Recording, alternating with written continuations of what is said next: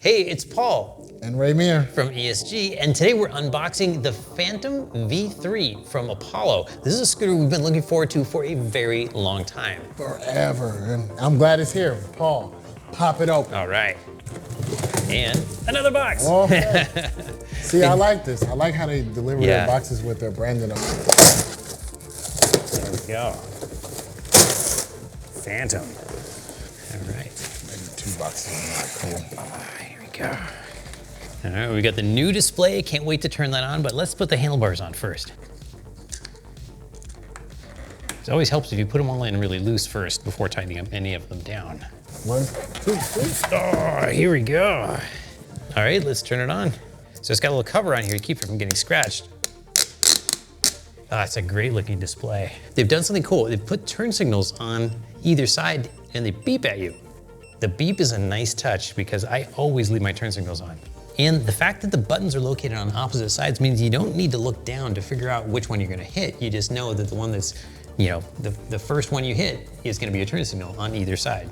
One of the other things I'm really excited about is it's got what looks like 2 throttles here. This one, of course, is just the regular throttle, and then over here is a regen brake. They call it, I think, they call it a brake throttle. But if it's anything like the prototype Phantom Ludo and the other ludicrous mode Apollos in the past, it's going to have a really strong regen, which is kind of an unusual feature. In fact, I think it's the only scooter that's high powered that also has a strong regen brake or a separate regen brake. So I'm pretty excited about that. So this is, it's got a whole new controller. It's called the Mach 1 controller, and it's this beautiful blue box that they developed themselves, went through a whole bunch of prototypes before they got to the real one, and it's supposed to feel like a sine wave controller. It's supposed to be super smooth, but also super fast. But it's not sine wave, is my understanding. As Elwha was telling me, you don't need to have sine wave to have that smooth control if you really know what you're doing, and Apollo apparently does. How many flavors do they have in this scooter? That's a great question. So this one is just gonna be 52 volts, and I assume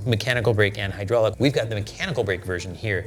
Price-wise, we don't even know. This scooter's so new, we don't even know what the official price is gonna be. The V2s ranged from $2,000 to $2,400 depending on which spec you got.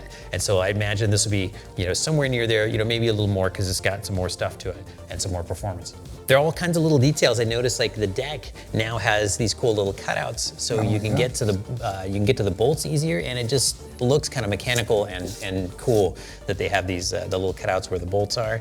It looks like, okay, so we've got a 2-amp charger. It calculates out to 11.7 hours of charging time, but it's got 2 ports, so you can cut that in half if you add a second charger. The stem has always been one of my favorites. It's been like a super firm stem, and but let's see what the suspension is like. Ooh. Yeah, it's nice and stiff, sporty. It feels like it's got a little bit of damping to it even. It's not bouncing back too much, so it feels like they've improved something there as well.